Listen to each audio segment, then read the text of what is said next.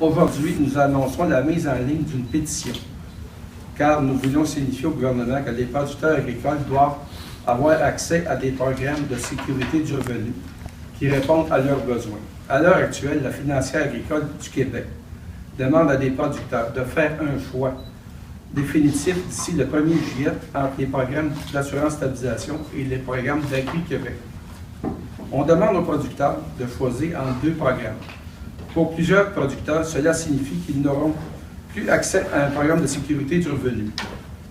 Nous pensons qu'il faut plutôt stimuler les investissements sur les entreprises agricoles pour que cela entraîne une hausse de production et de la productivité.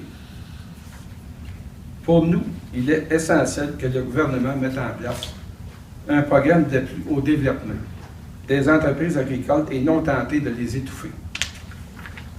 Il faut absolument que le gouvernement arrête d'hésiter ou de marchander avec les programmes de sécurité du revenu. Ils doivent être bonifiés. Ils doivent pouvoir aider les producteurs et non l'inverse. Nous voulons des entreprises rentables, capables de contribuer encore plus à l'économie du Québec. Pour nous, la pétition est un moyen de signifier au gouvernement que les producteurs veulent du changement. L'idée de cette pétition m'est venue à la suite de la présentation du premier manifeste de l'UPA par Marcel Groulx lors du congrès général en décembre dernier. J'ai réuni 2 fois une vingtaine et une quarantaine de producteurs et nous sommes tous venus à la même conclusion. Sans un programme, nous risquons de perdre beaucoup d'entreprises agricoles partout au Québec. Nous sommes des producteurs qui veulent appuyer l'UPA dans ces démarches avant qu'il soit trop tard pour nos entreprises. J'encourage tous les producteurs et toute l'industrie para-agricole à signer cette pétition. La pétition est disponible, entre autres, sur le site Internet de la Fédération régionale, sur la page Facebook de la Fédération, dans différentes cohortes, et elle sera distribuée avec la revue syndicale de l'UPA, le LU. Elle va être encartée dans la revue. Il y a 45 000 abonnés. Je vous remercie de votre attention. Merci. Bonjour à tous. Pour nous, la Fédération régionale, c'est important d'appuyer une démarche comme M. Alain Laflamme a lancé. Comme il l'a dit, après avoir réuni 2 fois une vingtaine, une quarantaine de producteurs de la région, l'idée est venue de lancer une pétition qui se veut nationale. C'est pour ça que la pétition va être supportée par notre réseau de l'UPA à travers toutes nos structures. Et en même temps, j'aimerais ça faire la mention spéciale qu'il y a déjà des producteurs de d'autres régions qui sont ici aujourd'hui dans la salle. Tantôt, vous avez vu M. Paul Voyon, mais il y a d'autres producteurs aussi qui viennent des autres régions en appui à la démarche qui se fait dans notre région. Et à partir de là, toutes les régions à travers le Québec, à l'intérieur de nos structures de l'UPA, la pétition va être lancée partout en même temps. Déjà, comme il a été mentionné, elle est disponible ici sur la Fédération puis à travers du réseau Facebook déjà à ce niveau-là. Puis j'aimerais aussi remercier plus particulièrement aussi les gens de la Coop fédérée qui appuient la démarche. Eux aussi, à l'intérieur de leur structure, la pétition va être lancée à travers tous les réseaux des coops de toutes les régions. Donc, ça se veut un mouvement qui va être assez rapide pour réunir le plus de signatures possible à travers le Québec. Comme l'a si bien mentionné Alain, la pétition, c'est pour faire une pression sur notre gouvernement. Dans les dernières années, notre gouvernement, on voit très bien la manière qu'il s'enligne, c'est qu'il laisse aller nos outils de sécurité du revenu. Ils ont été transformés beaucoup. La SRA a été transformée beaucoup. On ne trouve plus nos vrais coûts de production à l'intérieur de chaque production à ce niveau-là. Nos producteurs vont avoir un choix à faire dans les prochaines semaines entre 2 structures de sécurité du revenu, soit les agris au niveau plus fédéral ou la structure de l'assurance stabilisation du Québec. Pour nos producteurs, c'est important. C'est délicat ces choix-là. En Montérégie, c'est 25 de la production du Québec qui se fait en Montérégie. De là, pourquoi l'initiative part de notre région. Je pense que c'est important, c'est démonstratif. On génère 30 des recettes agricoles du Québec, soit plus de 8 milliards selon les statistiques du MAPAC 2014. C'est un emploi sur 20 qui dépend de la production agricole et de la transformation alimentaire de l'économie du Québec. C'est pour ça que ça démontre là, le sérieux de la pétition qui est lancée aujourd'hui. Je vais peut-être juste là, vous mentionner c'est quoi les demandes de la pétition. Je vais vous les lire. Allez sur la pétition, vous allez le voir, là, mais pour que tout le monde soit... c'est quoi qu'on demande là, en tant que producteur agricole. Ça, c'est tous les secteurs confondus. La pétition, là, elle englobe toutes les productions là-dedans. Puis on retrouve même la relève au niveau de la pétition à s'y retrouve aussi. La première demande, c'est de reporter la démarche de la financière agricole visant à ce que les producteurs choisissent entre la SAA et le programme Agri. La deuxième, c'est de rendre admissible le programme Agri-Québec sans arrimage avec la SAA. La troisième, c'est de mettre en place un programme d'appui au développement des entreprises à 2 volets. Soit le premier volet, le volet régional pour tenir compte des défis supplémentaires tels l'éloignement des marchés. Un volet général pour le développement, la transition, l'adaptation et l'amélioration de la productivité. Et l'autre demande, c'est d'ajouter un mécanisme de redressement des marges de référence dans l'application du programme Agri-Québec Plus pour les entreprises sans assurance récolte et sans gestion de l'offre, afin de soutenir convenablement les revenus des fermes, notamment lors de crises prolongées. Et la dernière demande, c'est d'ajuster le programme d'assurance agricole, le revenu stabilisé, afin qu'il représente le réel coût de chaque production assurée et d'inclure le temps de gestion dans la rémunération de l'exploitant. Ça, c'est les demandes qu'il y a dans la pétition. Alors, comme président de la Chambre de commerce et de l'industrie des Mascoutins, je suis très heureux d'appuyer sans réserve ce mouvement sur la sécurité du revenu dans le monde agricole. L'importance de l'agriculture sur l'économie de la grande région de Saint-Hyacinthe et du Québec n'est évidemment plus à prouver. Alors, je suis heureux aussi que cette initiative ait pris naissance ici, à Saint-Hyacinthe. Je félicite Alain pour l'initiative, la capitale de l'agroalimentaire du Québec. Il est vrai que le monde agricole a vraiment besoin d'une politique agroalimentaire. Alors, c'est pour ça que je crois que cette pétition tombe à point dans nos revendications. Pour envoyer un message clair aussi à nos agriculteurs qui travaillent sans compter leurs heures et pour la relève, qui doit percevoir un avenir rémunéré décemment. La Chambre de commerce est toujours très sensible en ce qui a trait au dossier qui touche au monde agricole. Et je terminerai là-dessus, pas plus tard que la semaine dernière, vous avez tous vu que le gouvernement du Québec a déposé son budget. On voit que l'éducation et la santé prennent une grosse part du gâteau du budget. Mais se nourrir au Québec, c'est peut-être la fonction la plus vitale qu'on a. Et ça, c'est nous, les agriculteurs. Alors, bonne chance à la pétition. Tout d'abord, si j'ai accepté de venir témoigner de mon appui à la démarche qui vous a été présentée dans les détails, vous comprendrez, vous n'avez qu'à me regarder, ça fait 40 ans que je suis à mon compte en agriculture, dans une ferme dite ferme de groupe, comme c'est devenu à la mode au moment où je suis arrivé en agriculture. 40 ans, ça nous amène dans les années 70, au moment où ont été instaurés la plupart de ces programmes-là, ou en tout cas, où ils ont, même si l'idée germait depuis un certain temps, c'est à partir de ce moment-là où ils ont eu leur influence sur l'agriculture. Personne ne va nier le fait que depuis 40 ans, l'agriculture a énormément évolué. Je suis convaincu que sans les programmes dont l'agriculture a bénéficié, surtout au Québec depuis cette période-là, il y a beaucoup de choses qui n'auraient pas été réalisées et l'agriculture au Québec serait en retard sur celle de nos voisins. Beaucoup plus.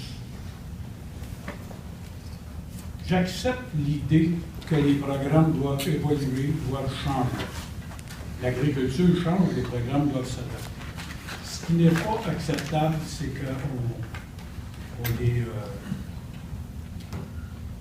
finalement, on les démantèle sans nous proposer quelque chose pour les remplacer qui soit à tout le moins aussi sécurisant. On parle toujours de sécurité du revenu. En fait, la sécurité, ce n'est pas juste pour les agriculteurs, c'est pour tout le monde qui gravite dans la chaîne agroalimentaire. Qu'il s'agisse du monde financier, des fournisseurs et même des utilisateurs. Quand je parle du monde financier, c'est facile à expliquer, évidemment. La garantie que les produits, d'un prix plancher pour des produits, la garantie de l'assurance récolte, la garantie d'un rendement minimum, de revenu minimum. Tout ça, évidemment, fait en sorte qu'on ne reviendra pas à des pratiques comme celles qui précèdent ces 40 années-là, où les gens qui l'ont vécu nous disent qu'il était en pratique impossible d'emprunter de l'argent si tu n'en avais pas déjà abondamment. Les fournisseurs, ça va de soi. La confiance d'être payé par ceux qui nous approvisionnent, la confiance aussi qu'on peut développer des nouveaux produits, qu'on peut investir dans la technologie pour approvisionner l'agriculture, ça demande une espèce de confiance dans la capacité financière des agriculteurs. Puis les utilisateurs, pour avoir déjà été à l'administration d'un important utilisateur de produits agricoles, je parle d'Olimel, un des principaux enjeux, c'est la fourniture régulière de produits. Sans filet de sécurité, sans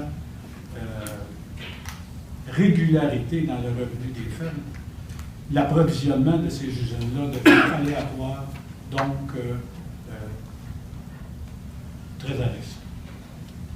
Pour terminer, je vous dirais, pour avoir écouté le premier ministre dernièrement dire, c'est normal, là, que l'austérité, c'est quelque chose qui est en arrière de nous autres, que l'équilibre est à toute fin pratique atteint, malgré que plusieurs en souffrent.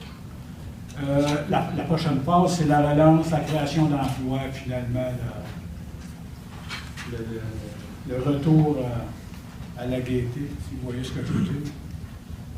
Je ne peux pas croire qu'un secteur aussi important que l'agriculture ne sera pas mis à contribution dans ce programme-là de relance.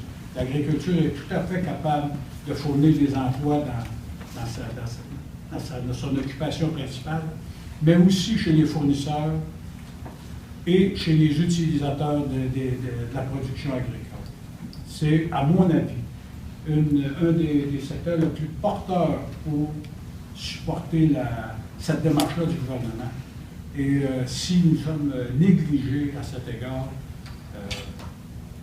j'en serai très déçu. Merci. Un agriculteur, ça se lève le matin et ça prend soin de ses animaux. Ensuite, ça prend soin de sa terre. Il est conscient de l'extrême importance de son travail pour ses animaux, sa terre, mais surtout pour vous tous. C'est l'agriculteur qui vous nourrit. Pas d'air, pas d'eau, pas de nourriture, pas de vie. Nous produisons une ressource pas renouvelable, mais vitale. Comment ça marche? L'agriculteur se doit de terre, des animaux, tout ce qu'il faut pour s'en occuper. Grâce à son travail, il produit des aliments qui respectent le plus haut standard de qualité. N'oubliez pas qu'on est au Québec, si nous autres, on ne peut pas produire n'importe quoi. Ensuite, il vend des aliments produits qui, ne l'oublions pas, vous nourrissent. Avec l'argent reçu, il va payer dans l'ordre. Le syndicat, ses dettes, ses fournisseurs et son salaire après. Moteur économique puissant. Vous avez compris que pour vivre et faire votre travail, vous devez manger. Vous devez manger. Pour que votre... je vais de respirer aussi. J'ai eu un appel la semaine dernière à l'effet que la pétition, on avait déjà entendu parler, ça circule dans le champ depuis quelques semaines. Mais on m'a demandé de venir aujourd'hui faire un peu un témoignage au nom de la relève. M. Saint-Jacques, tantôt, nous disait que la relève était impliquée dans la pétition, mais moi, pour moi, je pense que c'est primordial qu'on soit là. Pourquoi? Parce que c'est notre avenir. C'est des grands enjeux. Je parle pas assez fort? Oui. Là, je respire bien. C'est gratis. Ah, il est gratis. C'est pas ça, c'est sûr qu'il reste de gratuit. Et puis, c'est ça. Moi, j'ai pris une décision, il y a 10 ans, c'est de revenir sur la ferme familiale. Et je savais que ça demandait de l'entrepreneurship, parce que moi, chez moi, ça fait depuis 40 ans qu'on est en production porcine. Des crises, on en a eu en production porcine, c'est pas quelque chose qui était dernièrement, là, la crise qu'on a eue, elle était très difficile parce qu'elle était longue, elle était pénible, elle a touché à peu près à toutes nos sphères de production. Autant le prix, autant l'exportation, autant la maladie qui nous a affectés.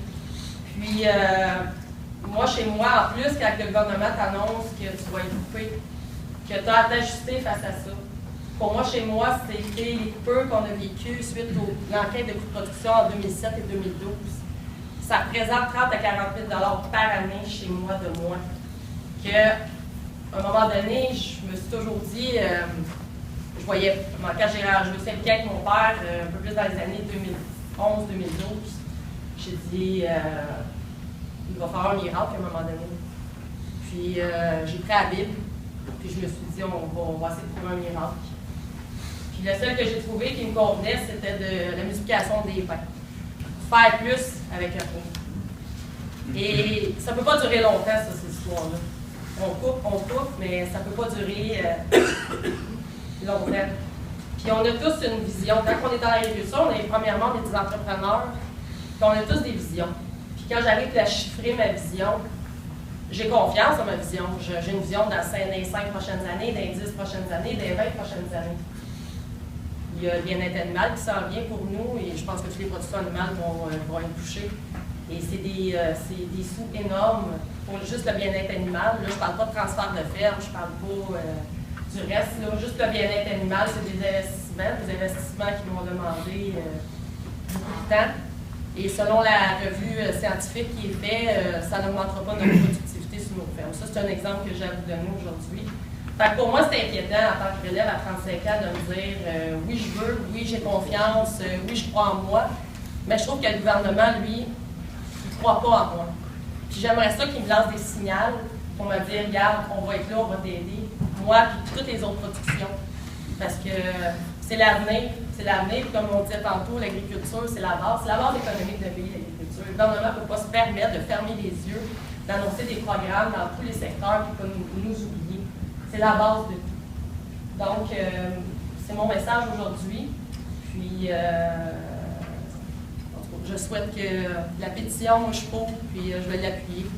Puis, je vais la faire circuler aussi dans le champ.